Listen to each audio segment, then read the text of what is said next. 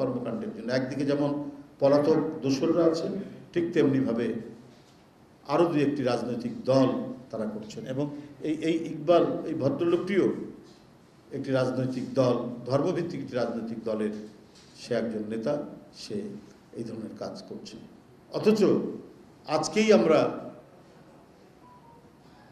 পেয়েছি যে এটা কাপাসিয়াতে এই রাজনৈতিক দলের এক ছাত্র সংগঠনের নেতা অনেক আজে বাজে কথা বলেছেন, শিশুদের সাথে অনৈতিক।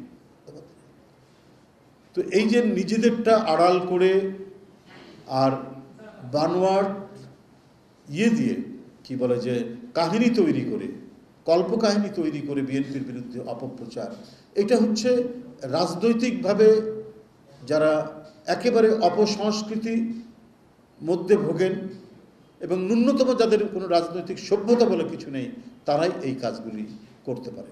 আরে আমাদের তো প্রকাশ্যেই যারা বিএনপির নামে বা কোনো অঙ্গ সংগঠনের নামে কোনো ধরনের অপরাধমূলক চাঁদাবাজি দখলবাজির সাথে জড়িত ভুড়ি ভুড়ি প্রকাশ্যে প্রতিদিন কাউকে না কাউকে বহিষ্কার করা হচ্ছে, কারো পদ স্থগিত করা হচ্ছে, শোকজ করা হচ্ছে, আজীবন বহিষ্কার করা হচ্ছে, এই ব্যাপারে তো কোনো দ্বিধা নেই।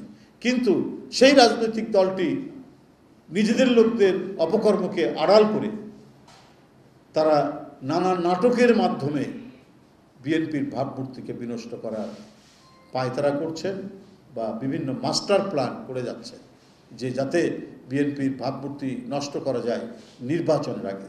এইটা মানুষের কাছে কোনোদিনই গ্রহণযোগ্য হবে না। চক্রান্ত ষড়যন্ত্র করে, নীল নকশা করে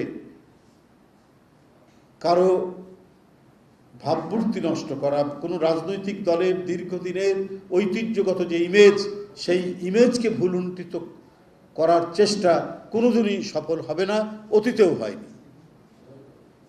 অতিরিক্ত অপকৌশল এবং কূটকৌশলের আশ্রয় নিয়েও কিন্তু আলটিমেটলি কোনো লাভ হয় না, এটা অত্যন্ত প্রমাণিত এবং আমাদের বাংলাদেশের রাজনৈতিক ইতিহাসেও প্রমাণিত যে একসাথে আন্দোলন করতে এরশাদের বিরুদ্ধে করতে হঠাৎ করে ডিগবাজি দিয়ে এরশাদের অধীনে চলে গেলেন, অথচ সবাই বলেছেন এরশাদের অধীনে নির্বাচন করব না।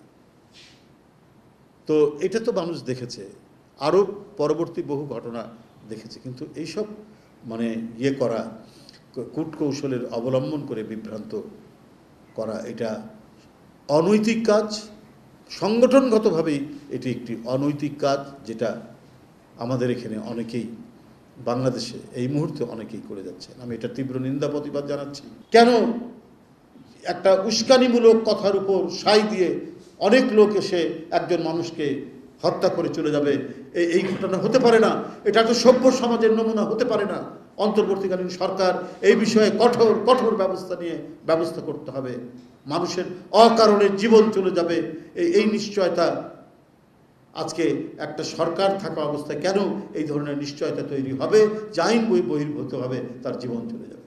বরং একটি জনকল্যাণমুখী সরকারের দায়িত্ব হচ্ছে যে আইনগতভাবে বিচারের মাধ্যমে সে যত বড়ই অপরাধী হোক তার বিচার হবে। কোনো মানুষের জীবন যেন বেআইনিভাবে বিচারের বাইরে তার জীবন চলে না।